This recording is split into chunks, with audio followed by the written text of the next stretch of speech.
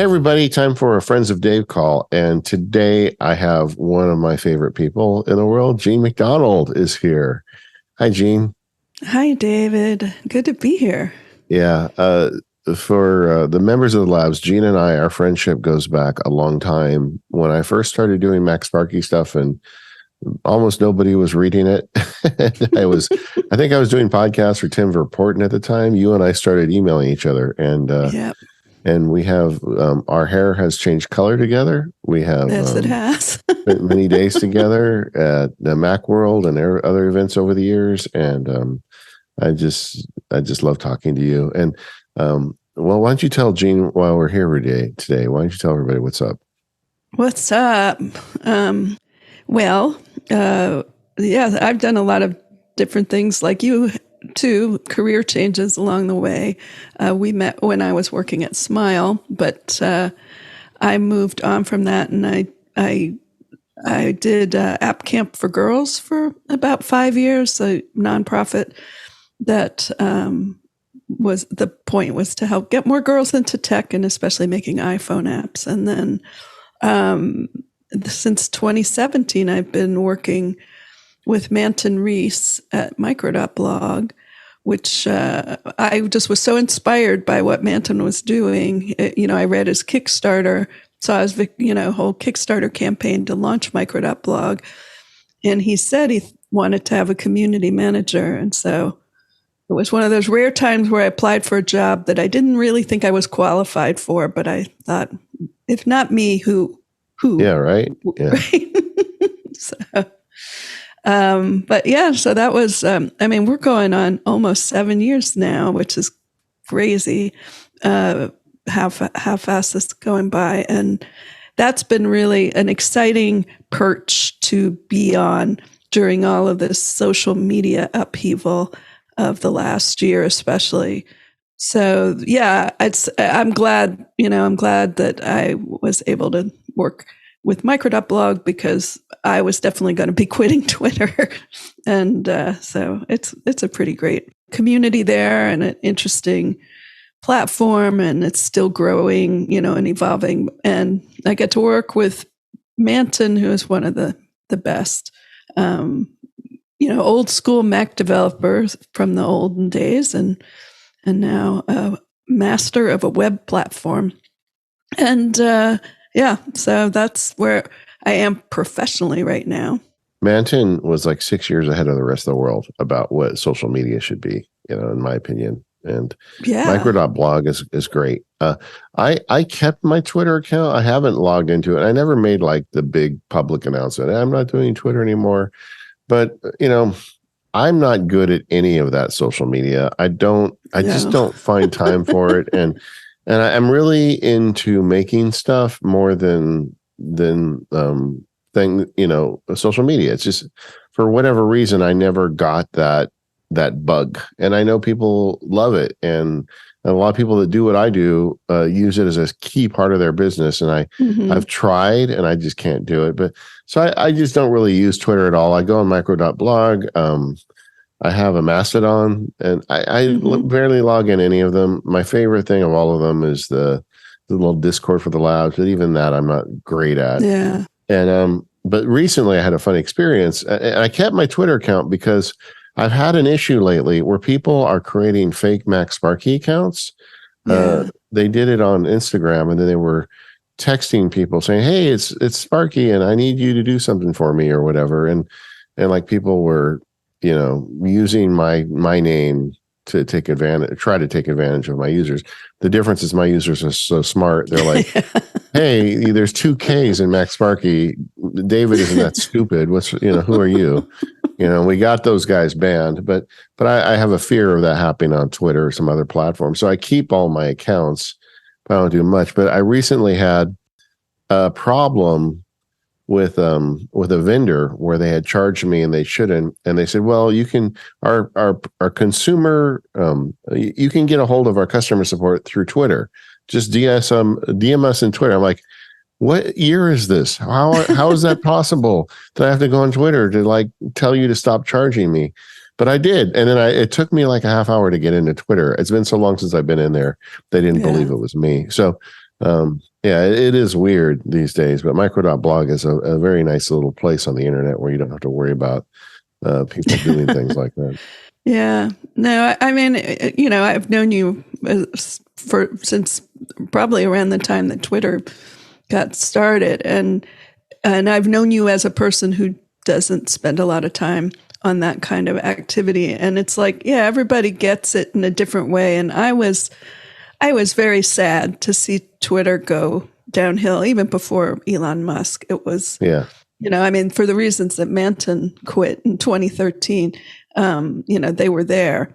And yeah, so I haven't, somebody, when I first said, okay, that's it for me, because there was, I mean, it's hard to recall what dumb thing Elon Musk has done this week, kind of deal where you go like, yeah. But I remember why I quit. And I didn't quit though, because somebody said to me, well, think about all the, the historical record, the archive of all your tweets, like what's gonna, before I got into tech, I was in graduate school for history.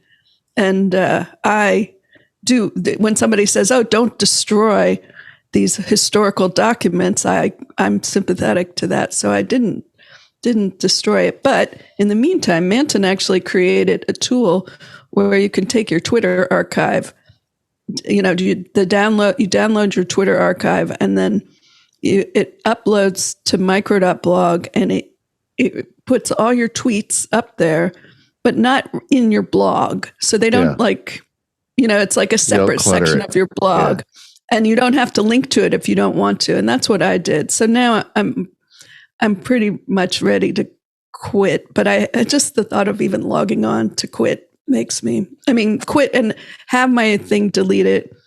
I stopped using my Twitter name a long time ago because I realized I wasn't that committed to Mac Genie, which was my Twitter name, especially on micro.blog where I could just be Gene.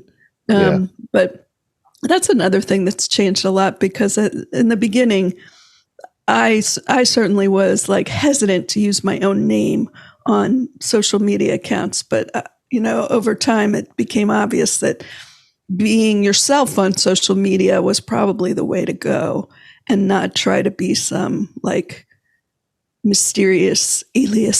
So. My first experience with Twitter, well, I signed up for it early when they started, like everybody else. It was kind of new and unique. And I was speaking in Chicago at the American Bar Association, and I did a session with a boring name, but it was, for lawyers and Macs and technology. And I noticed when the session started, the back 2 rows were empty. And at the end of the session, because when you get into speaking, you don't really pay attention to the audience that much if you're doing it right. I look in the back of the room and there's people standing and the seats are all full. And I asked the coordinator, I said, what happened? And they said, somebody on Twitter, they said your session was really good. And everybody started leaving the other sessions and moved to yours. And I'm like, wow, that's, that's like, first of all, that's kind of awesome. But I feel bad for the other guys saying, well, what happened to my audience? And they said they went the other guy. But anyway, it was just kind of a weird time. And I don't know if we'll ever have one where everybody uses the same thing again. But that's not actually why you're here today. No, that's true. We had a whole nother topic. Yeah, a while ago, because I frequently advocate journaling. And I have a lot of reasons why. I have a lot of thoughts on journaling. I really think it's a very good self-care practice. If I can be hippie for a minute.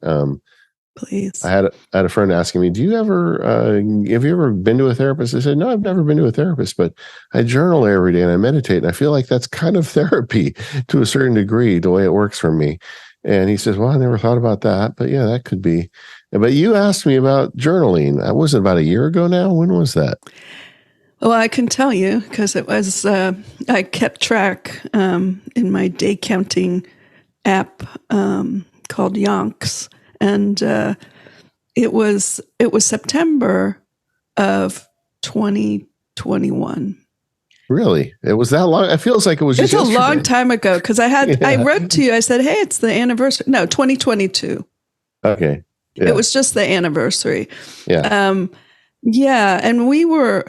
I was a guest on Focused, Yeah. And at the end of the podcast, you and I and Mike did a short, like for the members, little talk about journaling. You called it a journaling intervention. Yes, I remember now. Yeah. And because I have my office is littered with half-started journals, and also my computer as well, because I've had so many. So, but you did one time. You did a beginning of the year webinar on journaling, and you said use day one, and I was like, just use what David uses. When has he ever steered you wrong? Pretty sure never. So I got day one, but I still hadn't really gotten into the habit. And then the journaling intervention happened. And now I'm a journaler, a regular journaler for over a year. And I can't imagine not having a journal. So how'd you get the momentum going? What started the snowball for you? Well, I wanted to show off to you that I could do. You said to me, do it. I'm going to tell you what to do. Do it for 2 months and then see if it doesn't take, and you told me another thing, which will be interesting to talk about, is because I said, I'm going to have to add another reminder to my Do app, because that's how I remember those kinds of things. And you said, I don't think it needs a reminder. I think you need to just put it as a habit with something else that you do every day. And I was like, oh. And so it was drinking a cup of coffee, first cup of coffee, got out day one, started writing. And so that was the key, because what I was doing with my first cup of coffee most mornings was just like reading email or reading Microdot blog, something like not all that consequential. And it really was no skin off my teeth to switch to something, more useful and something for me, something that wasn't mindless reading of whatever was on my computer that morning. So that helped me get going, I would say. The coffee and journaling first thing in the morning. I think I created a template pretty early on, and that helped me. I still have it, a daily template that has not really changed in the 2 years, just to like put in some daily markers of how I'm doing, how do I feel physically? How do I feel mentally?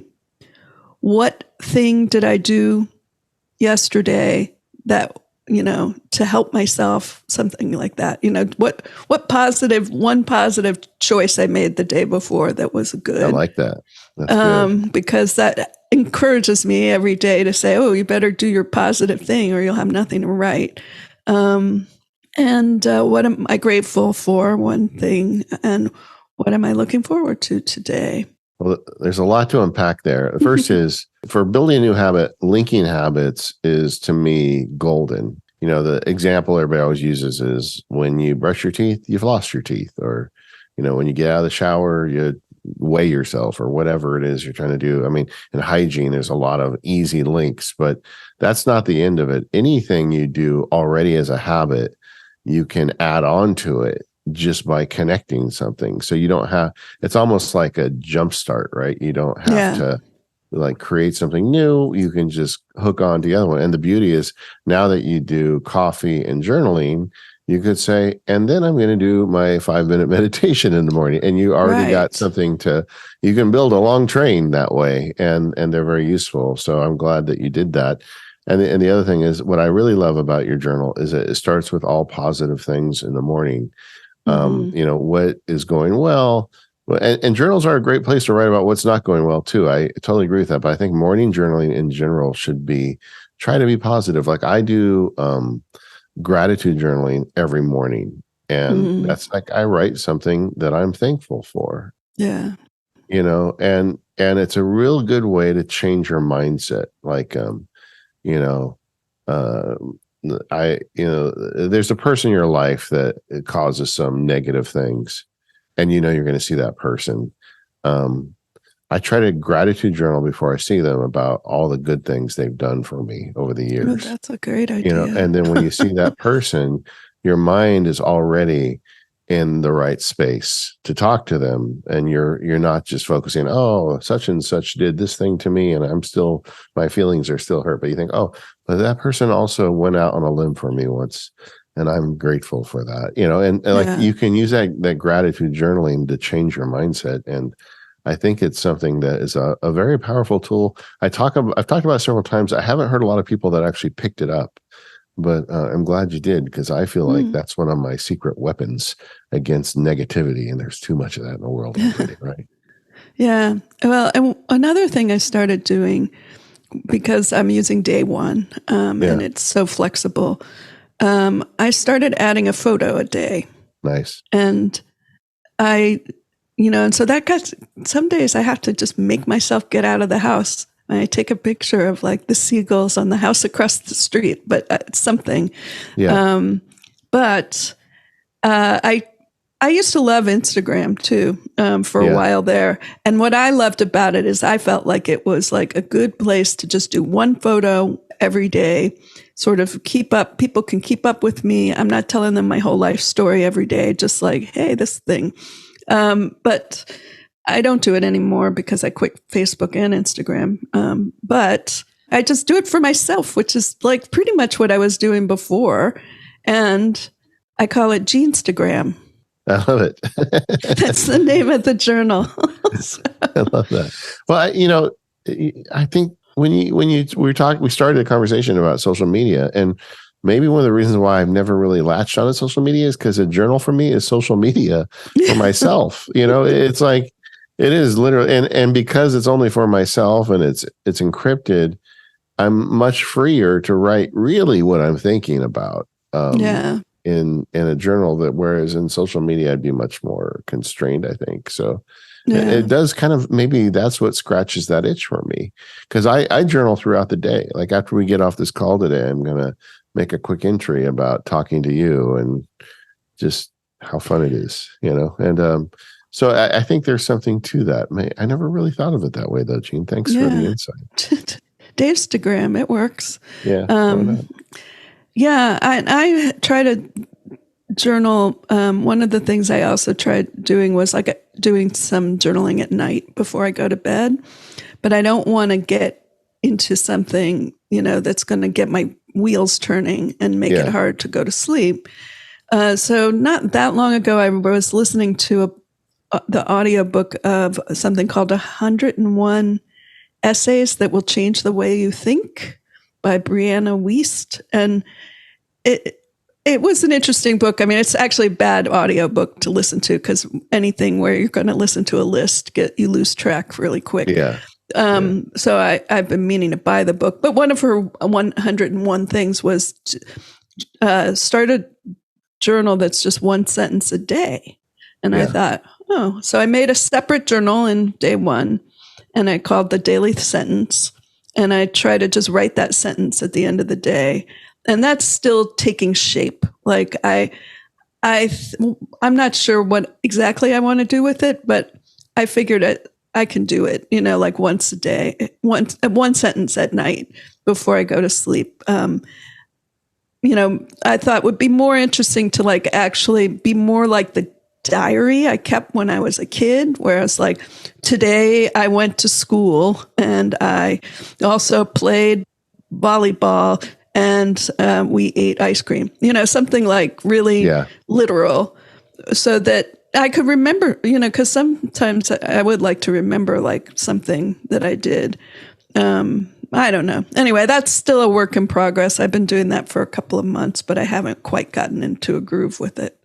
Yeah. I really experiment a lot with my journal in different things. Like I'm a little bonsai farmer, I have little bonsai trees, and I have now come to start taking pictures of them regularly before pruning, or like one got a weed. My Japanese maple got a weed, and it made me very sad, because I don't want those roots getting mixed in. And it was like a surgical procedure for me to de-weed that thing. But I took pictures, and it's like, now I can look back at it and see how it's doing in 6 months, or when spring hits and it blooms leaves again. And I don't know, I just find that interesting. And I thought, well, I want to expand that in some other areas of my life where things I'm working on over time, it'd be fun to document those. And day one does make it. I sound like I'm in the bag for them, and I'm not. But they have a combination of encryption and smart tools. The photo thing in particular is really good because I go to a lot of family events and I don't take a lot of pictures, but I usually take one or two when I go to a family event. And I like the Sunday practice of just going through my album for the week, and I'll drag a couple pictures into day one. Like we had the thing with Sarah at UCLA. And so I'll drag it in, and day one automatically dates the entry to match the photo date. So that's a very nice feature. I like that. And then I can journal about the event, even though I didn't do it at the time. But as long as you do it within a few days, it's not that you don't lose much. No. And I like that feature. Yeah. Well, one of the reasons I created a separate journal for photos too is I was thinking I might do the printing. Yeah. At the end of the year. Yeah. I haven't tried that. That was a Patrick Roan suggestion a couple years ago at Microcamp. He did a talk about, you want to publish a book, you probably already have written one, and talking about publishing your journal stuff from day one, and I realized I don't want to publish the text because the text is sort of weird gibberish, or it's just not introspective. Yeah. Introspective and not like I don't really want to share it or even have it sitting around. But the photos, I thought if I separate these out into a separate journal, and that's when I came up with Instagram, then I can just print that journal and I write like a couple words caption under each one usually. But I like that. Usually I drag it in the next day. I like to see by the end of the day, which is the photo I want to use for the day before. So, So the fact that it automatically makes it for the time it was taken instead of the time it was added is very helpful. So a few years ago, I printed one. I just because I'd never done it, and I've been using day one for since they started, I think over 10 years at this point. And so I printed a year. And it was 4 books because I had so much in it, and it was like, wow. And I printed out, I looked at it. I'm not sure I want this evidence around. Actually, that raises an interesting question. Why do you journal? I've a half-written blog post about this. I've always wanted to talk about this on a podcast or somewhere, but I feel like your motivation for journaling is something you really need to take into account if you want to start a journaling habit. Like if you want to make a journal for your grandkids, that's okay. But that's not the same journal that you get of self-therapy, for lack of a better word. I think you have to be really honest with yourself when you journal. And it's, I've tortured this analogy, but the Harry Potter pensive, I feel like it really works because, in Harry Potter, they've got this thing where you can pull your memories out of it and then you can look at them from different angles and you get insight from them. Writing it down has the same effect. Yeah. And a journal is really good at that. And you go back and read what you wrote last week and you're like, wow, I was really in a bad space that day. And why was that? And what can I do to make sure that doesn't happen again? And I get insight into myself that I wouldn't have otherwise. Even if I thought about it in my head thoroughly and just sat there and really focused on it, there's something about reducing it to a writing that is very powerful. Yeah, it is. It's incredibly powerful. And I think, in some ways, I always wanted to journal because people would tell me it's a really great practice. But, to get into the practice, I had at least the incentive of doing what you told me to do. Yeah. Following through with something you told me to do and taking your advice to heart and doing something. But now, I like to, some days I want to write, a lot of stuff like work out some problem or vent to my journal. But I always just go by like whatever happens, like after I've written the answers to those questions. And that kind of gets me rolling, it kind of primes the pump. Yeah. And especially I'm going to say like it's, as I get older, keeping track of like how I feel physically is, a useful thing to have on hand. So when somebody says, well, how long has that joint been bothering you, I can tell you. Yeah. Say, well, Yeah. here's where I started to complain about it in my journal. And so that's a practical reason to do that. So, Do you do anything other than day one? Like, have you tried like writing a journal as well, or are you just all in with day one at this point? I'm only doing day one for journaling. Mm-hmm. I do a lot of other writing though now. Like, and I think, I have journaling is partially to thank for that I because by the end of last year, I decided I was going to go back to this project that I've worked on and off for many years, a memoir about a certain period of my life in my 30s. And I decided 2023 is going to be the year. And it's been going pretty well. I mean, I recruited somebody to be my writing partner, somebody else who I knew was writing a book.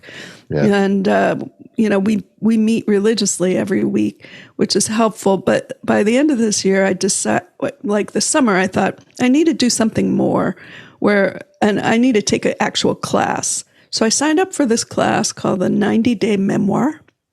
And it has been kicking my butt in the best possible way. We get homework every day. Yeah. The teacher is a screenwriter. So he's teaching us how to like shape our stories in the way that makes them, interesting and fun. Interesting. Yeah. But boy, talk about cheap therapy. This is the cheapest, best therapy I've ever had. Yeah. I mean, every day he sends us, an assignment every day. And the only problem I will say is that it has been impinging on my journal writing because now I write that every morning. I get up and write 1,000 words, on that project because it's the kind of thing that I'll procrastinate otherwise.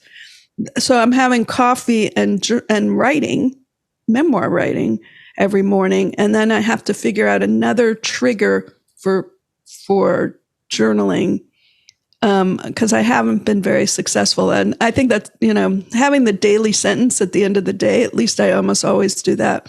But the kind of journaling I have been doing all year has not been as consistent. The photos are staying pretty consistent. I mean, I still have a streak because across all the journals I have, I'm doing something at least once a day. But I wish the thing about the memoir writing is like you need to take a break after that. It's not like I could say, okay, now open up day one and write some journaling stuff because your brain just gets fried from this kind of exercise. So I've been sort of casting around. Like usually I get up, I write for an hour, then I go out to the beach for a walk, which is now I live, near the Oregon coast.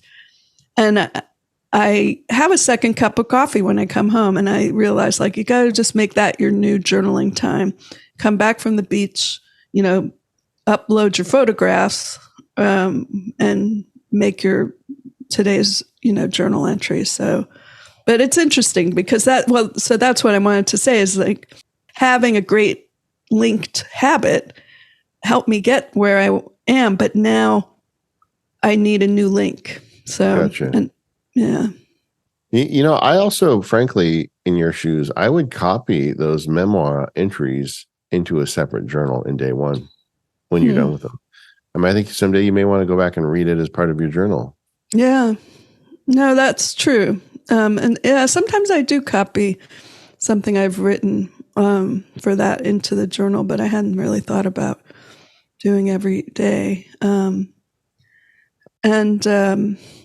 So I mean, I'm not complaining because, wow, I really feel like a writer now, and definitely journaling got me to that point. Nice.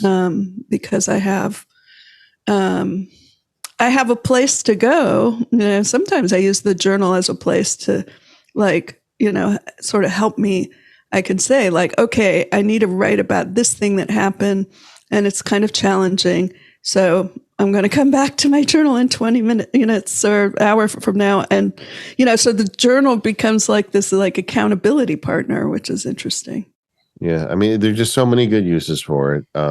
if you're listening to this as we release this, there's about a month left in a year. This would be a great time to play with some of the tools and find what works for you. And then as you hit the new year, maybe you've got the momentum to try it yourself. But of all my friends that I've convinced to journal, I've never had one come back to me and say, yeah, that didn't really work for me. Everybody who gives it 60 days usually ends up sticking with it, because you do get insight to yourself. So long as you're, like I said, you have to be honest with it. I think the vanity journal is a totally different thing. That was like, we all have these friends who like go on Facebook and they write these posts for the public consumption that are engineered to get likes and don't really reflect their actual life. And I think that is a vanity journal. If you're writing it thinking somebody will read this someday and say, wow, what a wise, person this was. If somebody ever reads my journals, they're going to be like, man, how did he get anything done? His mind was a mess. His eggs were scrambled. But, that's how you help get through that stuff, is to write it down and figure it out for yourself and be honest with it. I think that it'll stick if you're honest with it, which is not, how a lot of people think of journals, right? I think people do think of them as the thing that people are going to read. Yeah. I mean, I don't really kid myself. Maybe my kids would want to read them someday. I don't know if they could figure out how to get into day one or whatever. But I think about like my own, like, yeah, I'd like to read a journal my dad wrote. Maybe I'd like to read a journal my grandfather wrote. He died very early in my life. Mm-hmm. My great grandparents, I don't think I would. I wouldn't even. I have no connection to those people. I mean, this thing you're making that you think is going to be of great value in the future. I'm not the next Abraham Lincoln. It's not going to really matter. But if I can do a better job at being a human while I'm here because of it, then it's got value. Yeah. No, I totally agree. It's like thinking, if you have anybody over your shoulder as you're writing, it's just going to make more friction and also take away, what I think the value of this daily writing is. And if you really want to leave wisdom for the future, I would say don't put it in a journal. Write letters to your future children or grandchildren or something, somewhere where they can find them, and that'll be your official wisdom on the page. I wouldn't mind reading that from my father, but I sure would not want to read like his daily, like, thinking around, how terrible or how hard it is to be the father of these 4 children or whatever. Yeah. Agreed. There is a platform for that. Honestly, I think I would buy a bound book and write it in there. If you think there's any hope of them ever finding it, as soon as you put it into ones and zeros, there's a good chance they'll never see it. True. But yeah, the other thing that's interesting to me, we just finished up the Obsidian Field Guide Plus segments, and Mike Schmitz came in and he's done all his journaling in Obsidian. And of course, because he's Mike, he's got a very fancy system and he scores himself and he's got all these tools going. But I have to say, I'm just not the least tempted to do that. I think Day One is such a great tool. Yeah. I do paper journal, though. I do have journals that I write in, but because I just find sometimes the process of writing brings different things out of me. But then I just scan them into Day One. They aren't really vanity journals. They're just scanned into Day One. It's just one more piece of data in the Day One mix. Last question. Do you go back and read those entries later? I mean, will you read the stuff you wrote a few months ago in the next month? Occasionally. I don't make it a practice, but sometimes, Day One will show you that you have journal entries from a year ago. Sometimes I click on that just to see what was happening and, what the picture was. But I mean, you can search. So, yes, if it's a physical symptom, and I say, when did I first start complaining about my thumb or whatever, I can search for that. Or if there's something that I remember that I wrote that I think, I want to use again, or I want to share it with somebody else, like everything else that I have. I don't have Obsidian. I have tried to work on some of these things, but ultimately it's me, and hopefully search will find the things I need. And, so that works or it doesn't. And if it doesn't work, I don't know if it doesn't work. Yeah. Yeah, no, I agree. I think to me, the real value of journaling is the insight I get at the moment I journal. I think Yeah. that is probably 90% of the payoff for me. I do occasionally, like when I do a quarterly retreat, we'll go back and read not all, but some of the entries over the last quarter. And sometimes I see trends that I didn't notice, like, wow, I'm really complaining about this one thing a lot in my journals and it's repeating. Maybe I should stop doing that thing.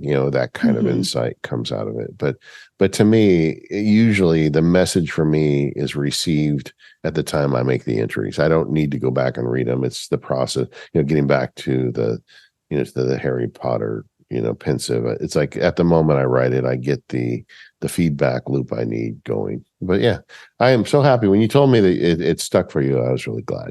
I was really glad too, and I'm very grateful. I'm going to put you down as my gratitude moment for today. Oh, Remind for my nice. pal Dave, who got me journaling when I thought I never was going to be a journaler. Well, I'm going to put you down for my gratitude for coming on and sharing your wisdom with the MacSparky Labs. And I'm always happy to see when you come to the live events. It's really great to see you, Gene. And thanks for your time today. Thank you.